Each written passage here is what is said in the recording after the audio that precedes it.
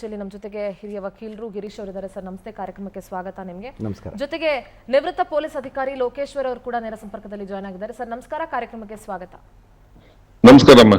ನಮಸ್ಕಾರ ಸರ್. ನಾನು ಮೊದಲನೇದಾಗಿ ವಕೀಲರಿದ್ದಾರೆ, ವಕೀಲರ ಹತ್ರ ಒಂದು ಮೊದಲ ರಿಯಾಕ್ಷನ್ ಅನ್ನ ಪಡ್ಕೊಳ್ತೀನಿ ಸರ್. ಇವತ್ತು ಆಲ್ಮೋಸ್ಟ್ 7 ತಿಂಗಳ ನಂತರ ಜಾಮೀನಾಗಿದೆ. ಅಂದ್ರೆ ವಕೀಲರು ಹೇಳೋದಾದ್ರೆ it is a common process ಅಂತ ನೀವು ಹೇಳ್ತೀರಿ. ಯಾಕಂದ್ರೆ ಟ್ರಯಲ್ ಕೋರ್ಟ್ ಸೆಷನ್ಸ್ ಕೋರ್ಟ್ ನಲ್ಲಿ ಕೆಳ ಹಂತದ ಕೋರ್ಟ್ನಲ್ಲಿ ಅಫ್ಕೋರ್ಸ್ ರಿಜೆಕ್ಟ್ ಆಗೇ ಆಗುತ್ತೆ. ಅದಾದಮೇಲೆ ಹೈಕೋರ್ಟ್ಗೆ ಹೋಗ್ತಾರೆ, ಲೋವರ್ ಕೋರ್ಟಲ್ಲಿ ರಿಜೆಕ್ಟ್ ಆದಮೇಲೆ ಇದೆಲ್ಲವೂ ಪ್ರಾಸೆಸ್ ನಮಗೆಲ್ಲ ಗೊತ್ತಿತ್ತು, ಇದು ಬೇಲ್ ಆಗುವಂಥದ್ದೇ ವಿಚಾರ ಅಂತ ಹೇಳ್ತೀರಿ.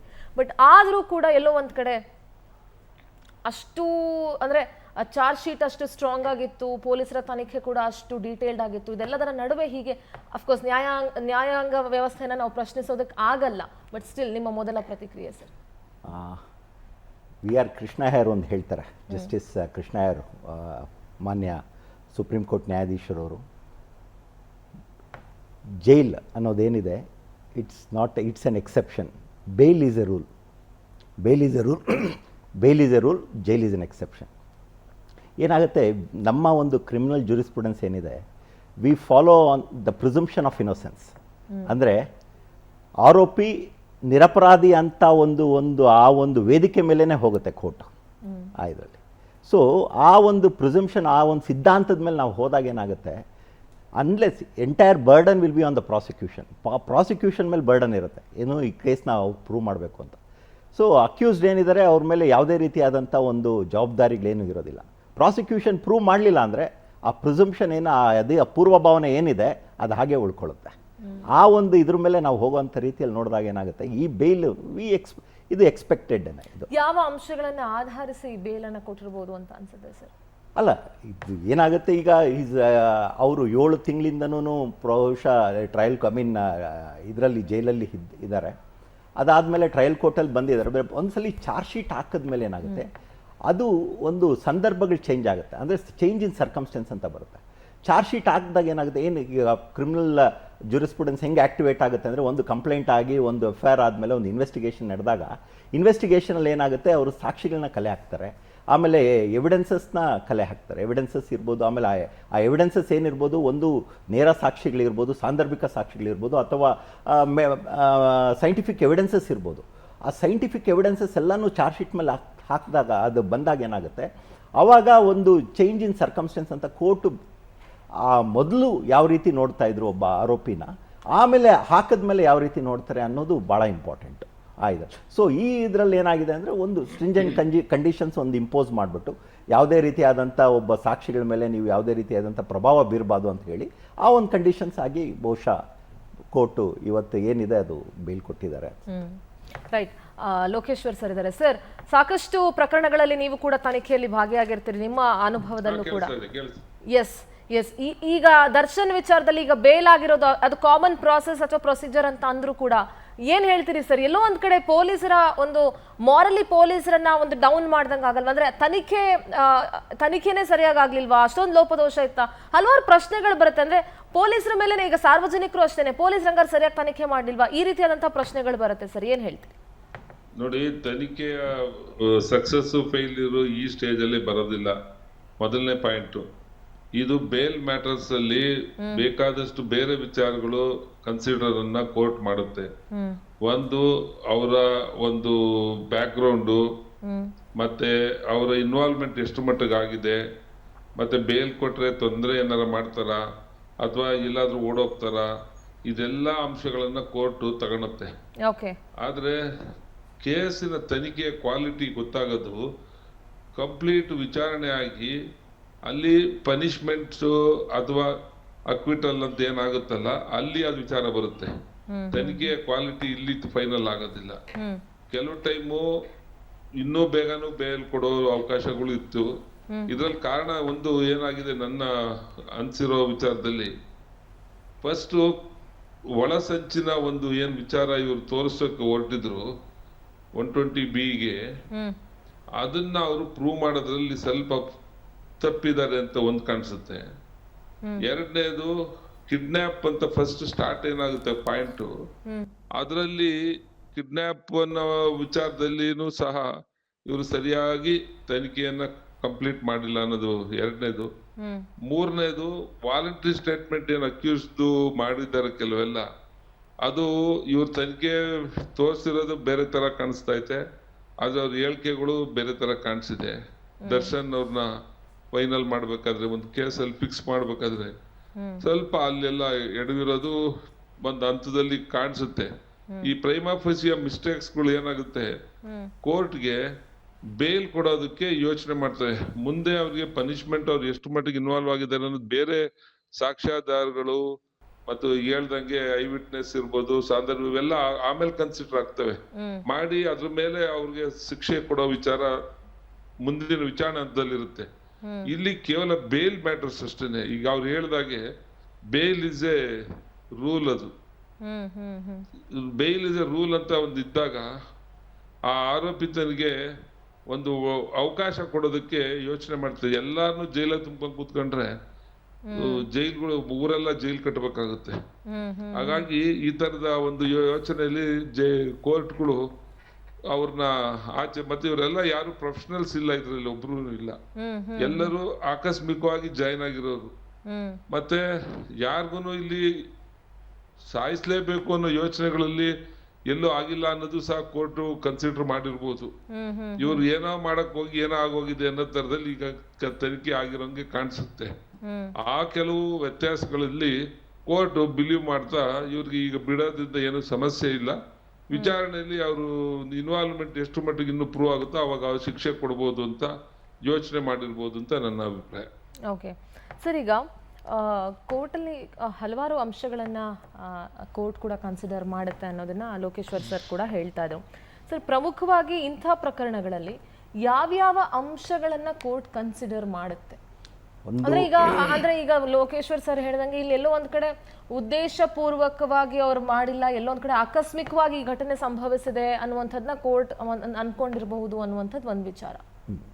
ಈಗ ಏನಾಗುತ್ತೆ ಅಂದರೆ ಕೋರ್ಟು ಈ ಬೇಲ್ ಹಂತದಲ್ಲಿ, ಈಗ ಟ್ರಯಲ್ ನಡೆಯೋದೇ ಬೇರೆ ರೀತಿಯಲ್ಲಿ ನಡೆಯುತ್ತೆ.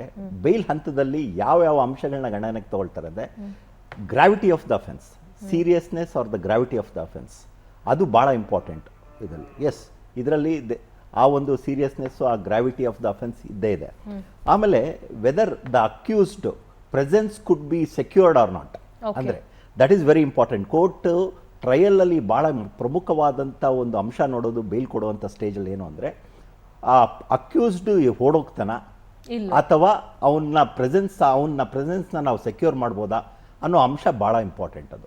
ಸೊ ಇಲ್ಲಿ ಬಹುಶಃ ಇವರು ಪೊಲೀಸ್ ಅಧಿಕಾರಿ ಹೇಳ್ದಂಗೆ ಅವ್ರು ಯಾವುದೇ ರೀತಿಯಾದ this are all the first offenders ಅಂತ, this are not the habitual offenders. So ಆ ಒಂದು ಕಾರಣಕ್ಕೋಸ್ಕರ ಇದೆಲ್ಲ ನಾವು ಗಣನೆಗೆ ತಗೊಂಡು ಆಮೇಲೆ ಅವರು ಆಲ್ರೆಡಿ ಇದಾಗಿ ಟ್ಯಾಂಪರ್ ಮಾಡದೇ ಇರೋವಂಥ ರೀತಿಯಲ್ಲಿ ಅದೊಂದು ಕಂಡೀಷನ್ಸ್ ಹಾಕಿ ಬಹುಶಃ ಕೋರ್ಟ್ ಕೊಟ್ಟಿದ್ದಾರೆ. Right sir. ಸರ್, ಮತ್ತೊಬ್ರು ಗೆಸ್ಟ್ ನಟಿ ಯಮುನಾ ಅವರು ಜಾಯ್ನ್ ಆಗಿದ್ದಾರೆ. ಯಮುನಾಜಿ, ನಮಸ್ತೆ, ಕಾರ್ಯಕ್ರಮಕ್ಕೆ ಸ್ವಾಗತ. ನಮಸ್ಕಾರ. ನಮಸ್ಕಾರ ಮೇಡಮ್. ನಮಸ್ಕಾರ. ದರ್ಶನ್ ಅಭಿಮಾನಿಗಳು ತಾವು ಕೂಡ, ಅಂಡ್ ಸಾಕಷ್ಟು ದರ್ಶನ್ ಅವರ ಒಳಗಡೆ ಇದ್ದಾಗ್ಲೂ ಕೂಡ, ಅಂದ್ರೆ ಜೈಲಿನಲ್ಲಿ ಇದ್ದಾಗ್ಲೂ ಕೂಡ ಅವರ ಅಭಿಮಾನಿಗಳಿಗೂ ಒಂದ್ ರೀತಿ ನೀವು ಸಪೋರ್ಟ್ ಅನ್ನ ಮಾಡಿದ್ರಿ. ಸದ್ಯ ಅವರಿಗೆ ಬೇಲ್ ಆಗಿದೆ, ಏನ್ ಹೇಳ್ತೀರಿ? ಖಂಡಿತವಾಗಿಯೂ ಸಂತೋಷವಂತೂ ಆಗ್ತಾ ಇದೆ, ಡೆಫಿನೆಟ್ ಆಗಿ. ಅಂಡ್ ಅದಕ್ಕಿಂತ ಹೆಚ್ಚಾಗಿ ಇವಾಗ ನೋಡಿ, 1 ದಿನ ಅಲ್ಲ, 2 ದಿನ ಅಲ್ಲ, 7 ತಿಂಗಳ ಕಾಲ ಎಲ್ಲಾ ಎವಿಡೆನ್ಸಸ್ ತೆಗೆದು ಎಷ್ಟು ಡಿಪಾರ್ಟ್ಮೆಂಟ್ಗಳು, ಪೊಲೀಸ್ ಡಿಪಾರ್ಟ್ಮೆಂಟ್, ಫೋರೆನ್ಸಿಕ್ ಡಿಪಾರ್ಟ್ಮೆಂಟ್, ನ್ಯಾಯಾಂಗ ಎಲ್ಲರೂ ತುಂಬಾ ಶ್ರಮಿಸಿದ್ದಾರೆ. ಅಷ್ಟೆಲ್ಲದನ್ನು ಮಾಡಿ ಅವರು ತನಿಖೆಯನ್ನ ನಡೆಸಿ 7 ತಿಂಗಳ ನಂತರ ಈ ನಿರ್ಧಾರವನ್ನ ಕೈಗೊಂಡಿದ್ದಾರೆ ಅಂತ ಅಂದಾಗ ಅದು ಫಸ್ಟ್ ಬರೋದು ಸಂತೋಷ, ದುಃಖ ಅದೆಲ್ಲ ಸೆಕೆಂಡ್ರಿ. ಫಸ್ಟ್ ಬರುವಂಥದ್ದು ಅದನ್ನ ಗೌರವದಿಂದ ನಾವು ಸ್ವೀಕರಿಸಬೇಕು. ಸಿಕ್ಕಾಪಟ್ಟೆ ಸಂತೋಷ ಆಗ್ತಾ ಇದೆ ಪರ್ಸನಲ್ ಆಗಿ. ಯಾಕಂದ್ರೆ ನಮ್ಮ ಕನ್ನಡ ಚಿತ್ರರಂಗಕ್ಕೂ ಕೂಡ ಸಾಕಷ್ಟು ಕೆಲಸಗಳು, ನಿಮಗೆ ಗೊತ್ತು, ಸುಮಾರು ತಿಂಗಳುಗಳಿಂದ ಒಂದು ಕಪ್ಪು ಛಾಯೆನೆ ಮೂಡಿಬಿಟ್ಟಿದೆ. ನಮಗೆ ಕಾಟೇರ ಆದ್ಮೇಲೆ ಅಷ್ಟು ದೊಡ್ಡ ಒಂದು ಹಿಟ್, ಸೂಪರ್ ಹಿಟ್ ಅಥವಾ ಹಣಕಾಸಿನ ಏನ್ ಹೇಳ್ತಾರೆ ಇನ್ಕಮಿಂಗ್ ಕಡಿಮೆ ಆಗಿದ್ರಿಂದ ಇವಾಗ ಮತ್ತೆ ನಮ್ಮ ಚಲನಚಿತ್ರರಂಗ ಏನ್ ಕಳ್ಕೊಂಡಿದ್ವೋ ಅದು ಮತ್ತೆ ಸಿಗುತ್ತೆ ಅನ್ನೋ ಒಂದು ಆಶಯ ಕೂಡ ಇದೆ. ಓವರ್ ಆಲ್ ಸಿಕ್ಕಾಪಟ್ಟೆ ಸಂತೋಷ ಆಗ್ತಾ ಇದೆ. ಎಷ್ಟು ಇಂಪ್ಯಾಕ್ಟ್ ಆಗಿತ್ತು ದರ್ಶನ್ ಅವರ ಇಲ್ಲದಿರುವಿಕೆ ಕನ್ನಡ ಚಿತ್ರರಂಗದ ಮೇಲೆ? ಖಂಡಿತ ಅದನ್ನ ಈಗಾಗಲೇ ಆ ಕ್ಷೇತ್ರದಲ್ಲಿ ತುಂಬಾ ಸಾಧನೆಯನ್ನ ಮಾಡಿದವರು, ಆಮೇಲೆ ನಮ್ಮ ವಾಣಿಜ್ಯ ಮಂಡಳಿಯವರಾಗ್ಬೋದು, ಎಲ್ಲರೂ ಸಾಕಷ್ಟು ವಿಚಾರವಾಗಿ ಹೇಳಿದ್ದಾರೆ. ದರ್ಶನ್ ಸರ್ ಇಂದ ನಮ್ಮ ಇಂಡಸ್ಟ್ರಿಗೆ ಏನೆಲ್ಲ ಕಾಂಟ್ರಿಬ್ಯೂಷನ್ ಆಗಿದೆ ಇದುವರೆಗೂ, ಏನ್ ಮಿಸ್ ಮಾಡ್ಕೊಂಡ್ವಿ ಎಲ್ಲದನ್ನು ಅವರು ತುಂಬಾ ಚೆನ್ನಾಗಿ ಹೇಳಿದ್ದಾರೆ ಈ ಮುಂಚೆ ಕೂಡ. ಡೆಫಿನೆಟ್ಲಿ ಅವರಿಂದ ಸಾವಿರಾರು ಜನ ಟೆಕ್ನಿಷಿಯನ್ಸ್ ಅವರ ಸಿನಿಮಾಗಳ ಮೇಲೆ ನಂಬಿಕೊಂಡು ಬದುಕ್ತಾ ಇರುವಂತವ್ರು ತುಂಬಾ ಜನ ಇದ್ದಾರೆ. ಅವ್ರಿಗೆಲ್ರಿಗೂ ತುಂಬಾನೇ ಏಟ್ ಬಿದ್ದಿದೆ. ಯಾಕಂತಂದ್ರೆ ಕಾಟೇರದ ಒಂದು ಇದೇನಿದೆ ಯಶಸ್ಸೇನಿದೆ ಅದರಲ್ಲಿ ನೋಡಿದೀವಿ ಎಷ್ಟು ಜನ ಉದ್ಧಾರ ಆದ್ರು ಅಂತ ಹೇಳಿ. ಹಾಗಾಗಿ ಅವರ ಅವಶ್ಯಕತೆ ತುಂಬಾನೇ ಇದೆ ನಮ್ಮ ಕನ್ನಡ ಚಲನಚಿತ್ರ ರಂಗಕ್ಕೆ. Okay okay yes Lokeshwar sir, ಈಗ ನೀವು ಪೊಲೀಸರು ಎಲ್ಲೆಲ್ಲಿ ಎಡವಿರಬಹುದು ಪ್ರಾಸಿಕ್ಯೂಷನ್ ಅಲ್ಲಿ ಈ ಅಂಶಗಳನ್ನ ಹೇಳ್ತಾ ಇದ್ರಿ ಸರ್. ಈಗ ಎಷ್ಟೋ ಪ್ರಕರಣಗಳಲ್ಲಿ ಸರಿಯಾಗಿ ತನಿಖೆ ಆಗಿರೋದಿಲ್ಲ ಸರ್. ಅಂದ್ರೆ ಈ ವಿಚಾರದಲ್ಲೂ ಕೂಡ ಹಂಗೆ ಆಯ್ತಾ ಅನ್ನುವಂಥ ಒಂದು ಪ್ರಶ್ನೆ ಮೂಡುತ್ತೆ. ಅಂದ್ರೆ ನೀವು ಅಂತಂದ್ರೆ ಈಗ ಬೇಲ್ ಇವರು ಗಿರೀಶ್ ಸರ್ ಹೇಳ್ತಾ ಇದ್ರು ಬೇಲ್ ಹಂತದ್ದೇ ಬೇರೆ, ಟ್ರಯಲ್ ನಡೆಯುವಾಗನೇ ಅದು ಬೇರೆ ರೀತಿ ಆಗತ್ತೆ ಅಂತ ಹೇಳಿ. ಸೊ ಪೊಲೀಸರು ಎಲ್ಲಿ ಎಡವಿದ್ರು ಅಂತ ಅನ್ಸುತ್ತೆ. ಬಿಕಾಸ್ ಅಡಿಷನಲ್ ಚಾರ್ಜ್ ಶೀಟ್ ಅನ್ನು ಕೂಡ ಸಲ್ಲಿಸಿದ್ರು, ಮಧ್ಯಂತರ ಜಾಮೀನನ್ನ ರದ್ದು ಕೋರಿ ಸುಪ್ರೀಂ ಕೋರ್ಟ್ಗೂ ಕೂಡ ಮೇಲ್ಮನವಿ ಸಲ್ಲಿಸಿದ್ರು. ಇದು ಟ್ರಯಲ್ ಕೋರ್ಟ್ ಅಲ್ಲ, ಹೈಕೋರ್ಟ್ ಯಾವಾಗ್ಲೂ ಟ್ರಯಲ್ ಮಾಡೋದಿಲ್ಲ. ಅದು ತಮ್ಮ ಗಮನಕ್ಕೆ ಗೊತ್ತಿರ್ಲಿ. ನಾನು ಅದನ್ನ ಹೇಳಿಲ್ಲ ಸರ್. ಅಲ್ಲ ಯಾಕೆ ಹೇಳ್ತೀನಿ ಅಂದ್ರೆ ಇಲ್ಲಿ ಕೇವಲ ಕೆಲವು ವಿಚಾರಗಳನ್ನಷ್ಟೇ ಗಮನ ಕೊಡುತ್ತೆ ಹೈಕೋರ್ಟ್. ಡಿಸ್ಟ್ರಿಕ್ಟ್ ಕೋರ್ಟ್ ಮತ್ತೆ ಏನ್ ಕೆಳಗಡೆ ಕೋರ್ಟ್ಗಳು ಇದನ್ನ ವಿವರವಾಗಿ ಹೋಗ್ತವೆ, ಆವಾಗಿನ ಪ್ರಶ್ನೆಗಳೇ ಬೇರೆ ಆಗ್ತವೆ.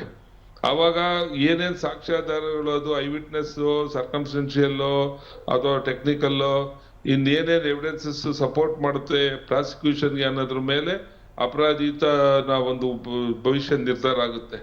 ಆದ್ರೆ ಈ ಟ್ರಯಲ್ ಕೋರ್ಟ್ ಅಲ್ಲದ ಅಪಿಲೇಟ್ ಕೋರ್ಟ್ ಏನಿದೆ ಹೈಕೋರ್ಟ್ ಅಲ್ಲಿ, ಇಲ್ಲಿ ಕೆಲವು ಜಿಸ್ಟ್ ಅನ್ನ ಅದು ಕನ್ಸಿಡರ್ ಮಾಡುತ್ತೆ. ನಾನು ಹೇಳ್ದಾಗ ಆವಾಗ್ಲೇ ಅವರು ಲಾಯರ್ ಅವರು ಹೇಳಿದ್ರು, ಕ್ವಾಲಿಟಿ ಆಫ್ ದಿ ಕೇಸ್ ಅಂದ್ರೆ ಅದರ ಗ್ರಾವಿಟಿನ, ಅದು ಎಷ್ಟು ಇಂಪಾರ್ಟೆಂಟು, ಸಮಾಜದಲ್ಲಿ ಅದರ ಎಫೆಕ್ಟ್ ಎಷ್ಟಾಗಿದೆ ಇದನ್ನು ನೋಡುತ್ತೆ. ಹಾಗಾಗಿನೇ 7 ತಿಂಗಳವರೆಗೂ ಎಳ್ಕೊಂಡ್ ಬಂದಿರೋದು ಇದು. ಇಲ್ಲಿದ್ರೆ ಕೆಲವು ವಿಚಾರ ಈಗೇನ್ ಕನ್ಸಿಡರ್ ಆಗಿದೆ ಈ ಪ್ರಶ್ನೆಯಲ್ಲಿ ಸೆಷನ್ ಕೋರ್ಟ್ ಅಲ್ಲೇ ಬೇಲ್ ಕೊಟ್ಬಿಡ್ತಿದ್ರು. ಅದಕ್ಕೆ ಅದು ಬೇರೆ ತರ ಯೋಚನೆ ಮಾಡಿರೋದ್ರಿಂದ ಅವ್ರು ಕೊಡ್ದಲೇ ಮುಂದಕ್ಕೆ ಹಾಕಿದ್ರು. ಈಗ ಹೈಕೋರ್ಟ್ ಕೆಲವು ವಿಚಾರಗಳನ್ನ ಕನ್ಸಿಡರ್ ಮಾಡಿದೆ. ನಾನು ಹೇಳಿದ್ನಲ್ಲ, 1-2 ವಿಚಾರ ಅದು ಹೇಳಿದ್ರಲ್ಲ, ಪೋಸ್ಟ್ ಮಾರ್ಟಮ್ ಮಾಡೋದು ವಿಚಾರದಲ್ಲಿ, ಐ ವಿಟ್ನೆಸ್ ಸ್ಟೇಟ್ಮೆಂಟ್ ರೆಕಾರ್ಡ್ ಮಾಡಿದ ವಿಚಾರದಲ್ಲಿ, ಮತ್ತೆ ಕಿಡ್ನಾಪ್ ಕೇಸ್ಗೆ ಸಂಬಂಧಪಟ್ಟಂಗೆ ಯಾವುದೇ ಎವಿಡೆನ್ಸಸ್ ಅನ್ನ ಕಲೆಕ್ಟ್ ಮಾಡಿಲ್ಲ ಅನ್ನೋ ವಿಚಾರ, ಮತ್ತೆ ದರ್ಶನ್ ಅವರು ಅಲ್ಲಿ ಮರ್ಡರ್ ಮೊದಲಿದ್ರ ಮರ್ಡರ್ ಆದ್ಮೇಲೆ ಬಂದ್ರ, ಈ ಪ್ರಶ್ನೆಗಳು ಅಲ್ಲಿ ಅವರ ಹೇಳಿಕೆಗಳಲ್ಲಿ ಸ್ವಲ್ಪ ವ್ಯತ್ಯಾಸಗಳು ಕಾಣ್ತಿರೋದು ನಾನು ನೋಡಿದೆ. ಆ ಒಂದು ಯಾವ್ದೋ ಅವ್ರ ಆರ್ಗ್ಯುಮೆಂಟ್ಸ್ ಅಲ್ಲಿ ಸಿ.ವಿ. ನಾಗೇಶ್ ಅವರು ಮತ್ತೆ ಪ್ರಸನ್ನ ಅವರ ಒಂದು ಆರ್ಗ್ಯುಮೆಂಟ್ ಡೀಟೇಲ್ಸ್ ಅಲ್ಲಿ ನೋಡಿದಾಗ ಅಲ್ಲಿ ಕೋರ್ಟ್ಗೆ ಒಂದು ದಾರಿ ಸಿಗುತ್ತೆ, ಇವ್ರಿಗೆ ಕೊಡಬಹುದು ಬೇಲ್ ಅಂತ. ಜೊತೆಗೆ ಅವರು ಎಲ್ಲೂ ತಪ್ಪಿಸ್ಕೊಂಡು ಹೋಗೋದಿಲ್ಲ ಅನ್ನೋದು ಮುಖ್ಯವಾಗಿ ತಗೊಳುತ್ತೆ. ನಾಳೆ ಕೋರ್ಟ್ಗೆ ಬೇಕಾಗದಾಗ ಬಂದು ನಿಂತ್ಕೊಂತಾರೆ ಅನ್ನೋ ಒಂದು ಮುಖ್ಯವಾದ ವಿಚಾರನು ಕೋರ್ಟ್ ಇಲ್ಲಿ ಕನ್ಸಿಡರ್ ಆಗಿರುತ್ತೆ. ಎರಡನೇದು, ಅವ್ರು ಯಾರು ಹೇಳಿದ್ನಲ್ಲ ಎಬಿಚುವಲ್ ಅಲ್ದೇ ಇರೋದ್ರಿಂದ, ಮೊದಲನೇ ಸರಿ ಈ ತರದ ಪ್ರಕರಣದಲ್ಲಿ ಸಿಗಾಕೊಂಡಿರೋದ್ರಿಂದ, ಇದೆಲ್ಲದನ್ನ ಯೋಚನೆ ಮಾಡಿರೋದ್ರಿಂದ ತನಿಖೆಯ ಒಂದೇನು ತನಿಖೆ ಸರಿಯಾಗಿಲ್ಲ ಅಂತ ಈ ಸ್ಟೇಜ್ ಅಲ್ಲಿ ಹೇಳಕ್ಕೆ ಬರೋದಿಲ್ಲ ಅಂತ ಮತ್ತೆ ನಾನು ಹೇಳ್ತೀನಿ. Okay right sir. ಈಗ ಕೋರ್ಟ್ ಅನ್ನೋ ವಿಚಾರಕ್ಕೆ ಬಂದಾಗ ಸರ್, ಜನರಲ್ ಆಗಿ ಹೇಳ್ತೀವಿ, ಈ ಪ್ರಕರಣದ ಪ್ರಮುಖ ಆರೋಪಿಗಳಿಗೆ ಬೇಲ್ ಆಗ್ಬಿಟ್ರೆ ಉಳಿದಂಥ ಆರೋಪಿಗಳಿಗೂ ಕೂಡ ಬೇಲ್ ಆಗ್ಬಹುದು, ಅದೇನು ಈಸಿಯಾಗಿ ಆಗ್ಬಿಡುತ್ತೆ ಅಂತ. ಸರ್, ಈಗ ಯಾರೋ ಒಬ್ರು ಬರೀ ಕರ್ಕೊಂಡು ಬಂದಿರ್ತಾರೆ ರೇಣುಕಾ ಸ್ವಾಮಿಯನ್ನ, ಇನ್ನೊಬ್ರು ಹೊಡೆದಿರ್ತಾರೆ, ಎಲ್ಲರೂ ಕೂಡ ಹೊಡೆದಿರಲ್ಲ ಅಥವಾ ಎಲ್ಲರೂ ಆತನ ಹತ್ಯೆಯಲ್ಲಿ ಭಾಗಿಯಾಗಿರಲ್ಲ. ಅದನ್ನ ಹೇಗೆ ಕೋರ್ಟ್ ಪರಿಗಣಿಸುತ್ತೆ ಸರ್? ಯಾವ ರೀತಿ ಡಿಫ್ರೆನ್ಸ್? ಎಲ್ಲರ ಮೇಲೂ 120 ಇರಲ್ಲ, ಎಲ್ಲರ ಮೇಲೂ ಕೊಲೆ ಪ್ರಕರಣ ಇರೋದಿಲ್ಲ. ಸೊ ಅಂತಹ ಸಂದರ್ಭದಲ್ಲಿ ಕೋರ್ಟ್ ಯಾವ ರೀತಿ ಪರಿಗಣಿಸುತ್ತೆ? ಈಗ ಏನಾಗುತ್ತೆ ಅಂದರೆ, ಒಂದು ಕ್ರೈಮ್ ನಡೆದಾಗ ಈ ಗ್ರೂಪ್ ಲಯಬಿಲಿಟಿ ಅನ್ನೋದೊಂದು ಬರುತ್ತೆ, ಒಂದು ಕಾನ್ಸೆಪ್ಟ್ ಇದೆ ಇದರಲ್ಲಿ. ಅಂದರೆ ಜಂಟಿ ಹೊಣೆಗಾರಿಕೆ. ಆ ಜಂಟಿ ಹೊಣೆಗಾರಿಕೆಯಲ್ಲಿ ಏನಾಗುತ್ತೆ ಅಂದರೆ, ಯಾರ್ಯಾರ ಪಾತ್ರ ಎಷ್ಟೆಷ್ಟಿದೆ. ಈಗ ಒಂದು ಕ್ರೈಮ್ ನಡೀತಾ ಇದೆ ಅಂತ ಒಬ್ಬನಿಗೆ ಮೊದಲೇ ಅವನಿಗೆ ಒಂದು ಅರಿವಿದ್ರೆ, ಅವನದು ಪಾತ್ರ ಏನಿದೆ, ಕ್ರೈಮ್ ಏನು ಮಾಡ್ತಾನೆ ಅವನು ಒಂದೇ ಇದರಲ್ಲೇ ಫುಟಿಂಗಲ್ಲೇ ಇರ್ತಾರೆ ಅವರು. ಆದರೆ ಕ್ರೈಮ್ ನಡೆದಾದ ಮೇಲೆ ಅವನಿಗೇನಾದರೂ ಅರಿವಿದ್ರೆ ಅವ್ರನ್ನ ಬೇರೆ ರೀತಿಯಲ್ಲಿ ನೋಡ್ತಾರೆ. ಇಲ್ಲಿ ಏನಾಗಿದೆ ಅಂದರೆ, ಇಲ್ಲಿ ಬಹುಶಃ ಕಿಡ್ನ್ಯಾಪ್ ಮಾಡ್ಕೊಂಡು ಬಂದಿದ್ದಾರೆ, ಬಟ್ ಯಾರಿಗೂ ಎಲ್ಲರಿಗೂ ಇಂಟೆನ್ಷನ್ ಇತ್ತ ಅವನ್ನ ಸಾಯಿಸಬೇಕು ಅನ್ನೋದು ಒಂದು ಪ್ರಶ್ನೆ. ಅದು ಭಾಳ ಕೋರ್ಟ್ ಅದನ್ನು ಅದೇ it's all matter of trial ಆ ಇದರಲ್ಲಿ. ಬಟ್ ಈ ಹಂತದಲ್ಲಿ ಆ ಒಂದು ಇದಕ್ಕೆ ಹೋಗೋದಿಲ್ಲ. ಏನು ಬೇಲ್ ಕೊಡಬೇಕಾದ್ರೆ ಬೇಲ್ ಕೊಡುವಂಥ ಒಂದು ಮಾನದಂಡಗಳೇ ಬೇರೆ. ಎಲ್ಲೋ ಒಂದ್ ಕಡೆ ಈ ಪ್ರಕರಣದಲ್ಲಿ ಟ್ರಯಲ್ ಹಂತದಲ್ಲೇನೆ ಬೇಲ್ ಅರ್ಜಿ ವಿಚಾರಣೆನೂ ಆಯ್ತಾ ಅನ್ನೋದು ಒಂದು ಅನ್ಸುತ್ತೆ ಸರ್ ಗಮನಿಸ್ತಾ ಇದ್ದಾಗ. ಅಲ್ಲ, ಟ್ರಯಲ್ ಹಂತದಲ್ಲಿ ಬೇಲ್ ಆದರೆ ಏನಾಗುತ್ತೆ ಅಂದರೆ ಬೇಯ್ಲು ಟ್ರಯಲ್ಲೇ ನಡೀತಾ ಅಂತ. ಅದೇ ದಟ್ಸ್ ವಾಟ್, ಆ ಹಂತದಲ್ಲೇ ಟ್ರಯಲ್ ಹಂತದಲ್ಲಿ ನಡಬೇಕಾಗಿದ್ದು ಅದು ಬೇಲ್ ಹಂತದಲ್ಲೇ ಆಯ್ತಾ, ಅಷ್ಟು ಒಂದು ಪರಿಣಾಮಕಾರಿಯಾಗಿತ್ತ ಅಂತ. ಹೌದು, ಯಾಕೆಂದರೆ ಒಂದೇನು ಹೇಳ್ತೀನಿ ಅಂದರೆ ನಾನೊಂದು ಇದ್ರದ್ದೊಂದು 376 ಪೇಜು ಚಾರ್ಜ್ ಶೀಟು ನಾನು ನೋಡ್ತಾ ಇದ್ದೆ. ಅದರಲ್ಲಿ ನೋಡಿದಾಗ ಪೊಲೀಸವರು ಈ ರೀತಿಯೂ ತನಿಖೆ ಮಾಡ್ಬೋದು ಅನ್ನೋದನ್ನ ತೋರಿಸಿದ್ದಾರೆ. That we should appreciate the prosecution, especially the investigating agency. ಯಾವ ರೀತಿ ಏನು ಅಂದರೆ ಒಂದು ಉದಾಹರಣೆ ಕೊಡ್ತೀನಿ ನೋಡಿ. ಅಕ್ಯೂಸ್ ಇಂದ ರಿಕವರ್ ಆದಂಥ ಒಂದು ಬೂಟ್ ಏನಿದೆ ಅಥವಾ ಶೂಸ್ ಏನಿದೆ, ಅದರಲ್ಲಿ ಆ ಸಾಯಿಲ್ ಸ್ಯಾಂಪಲ್, ಮಣ್ಣಿನ ಸ್ಯಾಂಪಲ್ ತಗೊಂಡು ಎಲ್ಲಿ ಅದು ಕೃತ್ಯ ನಡೆದಂಥ ಸ್ಥಳದಿಂದ ಸ್ಯಾಂಪಲ್ ತಗೊಂಡು ಅದನ್ನು ಇದು ಮಾಡಿದ್ದಾರೆ. ಈ ಫೊರೆನ್ಸಿಕ್ ಎವಿಡೆನ್ಸಸ್ನ ಭಾಳ ಮೆಟಿಕ್ಯುಲಸ್ ಆಗಿ ಕಲೆಕ್ಟ್ ಮಾಡಿದ್ದಾರೆ ಆ ಒಂದು ಇದರಲ್ಲಿ. And we should appreciate the investigating team but ಈ ಬೇಲ್ ಸಿಕ್ಕಿದೆ ಅನ್ನೋ ಒಂದು ಕಾರಣಕ್ಕೆ ಅವ್ರ ಮೇಲೆ ನಾವು ಯಾವುದೇ ರೀತಿಯಾದಂಥ I think the best charge sheet ಅನ್ನುವಂಥದ್ದು ಬಹಳಷ್ಟು ಜನ ಹೇಳ್ತಾ ಇದ್ರು. ಅಂದ್ರೆ ಬಹಳ ಅದ್ಭುತವಾಗಿ ತನಿಖೆ ನಡೆಸಿದ್ದಾರೆ ಅಂಡ್ ಇಷ್ಟು ಡೆಪ್ತ್ ಆಗಿ ತನಿಖೆಯನ್ನ ನಡೆಸಿದ್ದಾರೆ ಅಂತ ಕೂಡ ಬಹಳಷ್ಟು ಜನ ಹೇಳ್ತಾ ಇದ್ರು, ಅಷ್ಟು ಟೈಮ್ ತಗೊಂಡು.